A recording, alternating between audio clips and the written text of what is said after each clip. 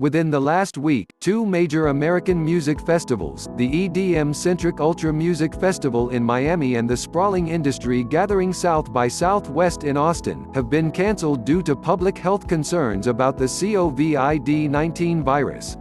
Coachella, the Indio, Calif, standard-bearer for festival culture in the U.S., has been postponed from its usual April date until October. And many other live music events have also been affected. Whether or not even more cancellations and postponements occur going forward, the virus has already taken a major toll on the festival industry. Festival cancellations happen for plenty of reasons, and have financial repercussions for everyone involved: artists, fans, staffers, vendors, and the festival organizers themselves. Last year alone, before the global coronavirus outbreak, at least a dozen music festivals threw in the towel, led by the calamitous Woodstock 50. What happens afterward and who gets paid depends on a few factors, including insurance coverage or lack thereof for festivals and artists, and whether the cancellation was voluntary or government mandated. But the most important factors are the specifics of the deals between promoters and artists. The short answer is, what does the contract say, notes concert insurance veteran Peter Tempkins, whose festival clients have included Warped Tour and Bonnaroo. Those contracts aren't typically made public, making it difficult to specifically assess whether any particular artist will be paid for any particular cancelled or postponed festival appearance. In the case of Woodstock 50, all performers were compensated in full, thanks to a contract specifying advance payment into an escrow that would be released regardless of whether the concert actually happened, according to a Variety report.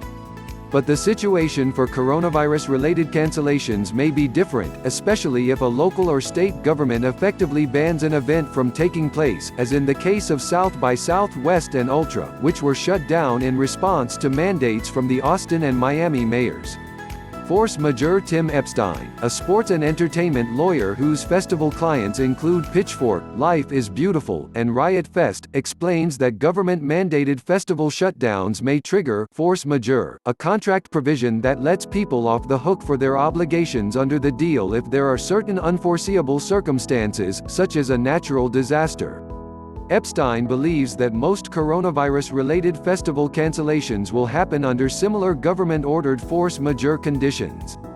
What happens is that the parties are basically returned to their position pre-contract, with an exception being compensation for work performed to that point, for reimbursement of expenses incurred at that point, Epstein says. Most of the work is going to be taking place at the time of the event. And so most of the contracts for that work will not require performance because of the force majeure event, nor will it require a payment for the performance that did not occur. In other words, artists and vendors wouldn't be paid except for work or expenses from before the festival was cancelled. Insurance for festivals and artists. Next up is whether the festival bought an event cancellation insurance policy. But to be covered for communicable diseases, event organizers would need to pay extra for that specific protection from their insurance provider. And in recent weeks, insurers have generally stopped offering insurance coverage for COVID-19 whatsoever. South by Southwest recently acknowledged that despite having insurance for event cancellation due to terrorism, weather, injury, and other perils, it wasn't covered for viruses and pandemics. Lacking insurance, a festival's organizers may incur expenses out of pocket for things like staffing and marketing, even if its payments to performers are covered under force majeure. Artists have similar cancellation insurance options, but they may also be unlikely to be covered for an epidemic.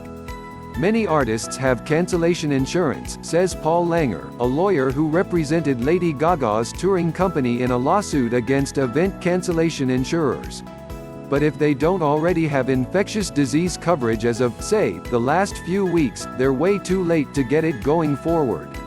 Even in the event that they are fully covered, artists may end up fighting with insurers over the payout amount, according to Renee Siemens, a lawyer who represented the Foo Fighters against event cancellation insurers. It's hard to generalize except on one point: insurers can be counted on to try to resist paying these claims in full, Siemens says. What about the fans? Like artists, fans hoping to be reimbursed for their ticket purchases should look to the contractual fine print. South by Southwest, which has a long-standing no-refund policy, has offered festival goers badges to future events. Ultra has also offered credits for later fests. But those festivals may prove to be exceptions. For the most part, says Paul Bassman, a concert insurance vet whose festival clients overlap with Epstein's, including Pitchfork and Life is Beautiful, I would think that ticket holders are going to get refunded. Travel and lodging costs for out-of-town attendees are another matter. Reducing risk and moving forward the full tab for festivals and artists alike remains to be seen. South by Southwest has announced major layoffs. Artists will surely be counting on fan support even more than usual, perhaps through non-concert avenues like merch sales. The vendors who work at festivals and the communities surrounding them stand to take a serious hit, too. One estimate placed SXSW's impact on the Austin economy last year at $335.9 million. Where festivals continue to take place, expect more precautions.